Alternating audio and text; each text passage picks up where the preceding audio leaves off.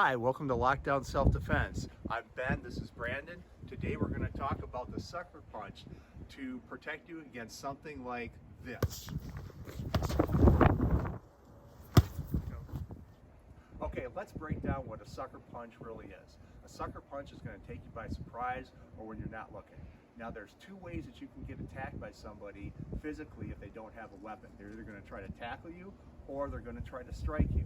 And if they try to punch you, they're probably not going to be any kind of trained boxer that's going to do strikes that are going to come straight in and straight out. They're going to come way from the outside. And when they come way from the outside, they can hit you on the side of the head. You have a lot of vulnerable areas on the side of your head. You've got your temple, you got your ear, you got your jaw, and it can knock you out. So you've got to be prepared. First and foremost, you have to have a good stance. Now, if I've got somebody staring me down that wants to fight me, I need to take a look around me too to make sure that none of my buddies are coming in. And usually what happens if someone's staring you down, you don't want to make it look like you're a coward, so you come in really close and you're staring them down back. And now all of a sudden I can't see his hands and boom, he can punch me from the side.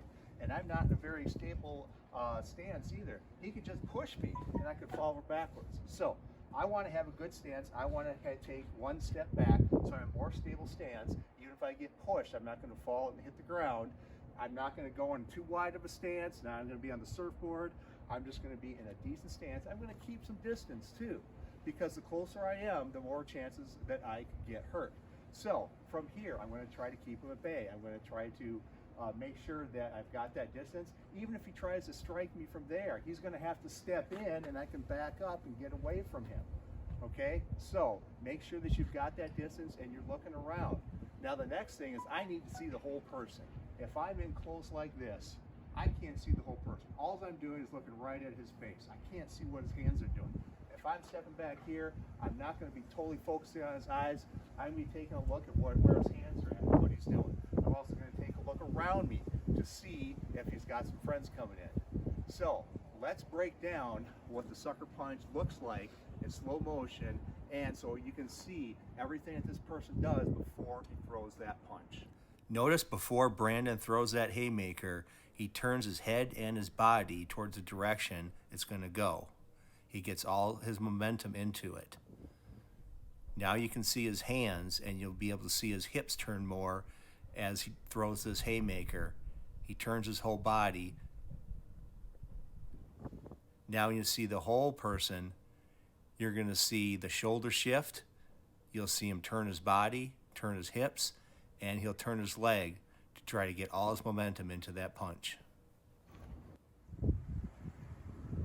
Okay, breaking down that sucker punch in slow motion, you can see that there's a lot of body language that Brandon showed to show how his hip shifted when he threw that punch. It's something you need to try to avoid. However, if you don't have that space, you're going to have to do something to defend yourself.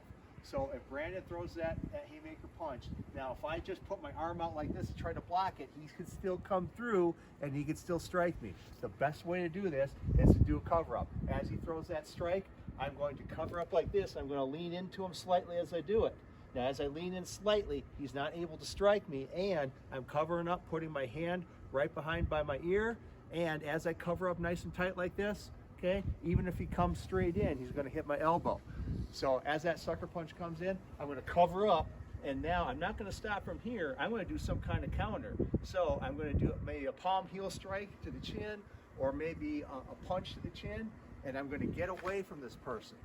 So the way this looks is if he does multiple strikes in a row, if he does one side and the other side, I'm going to have to cover up both, but I'm going to have to do something eventually to try to get away and create some space.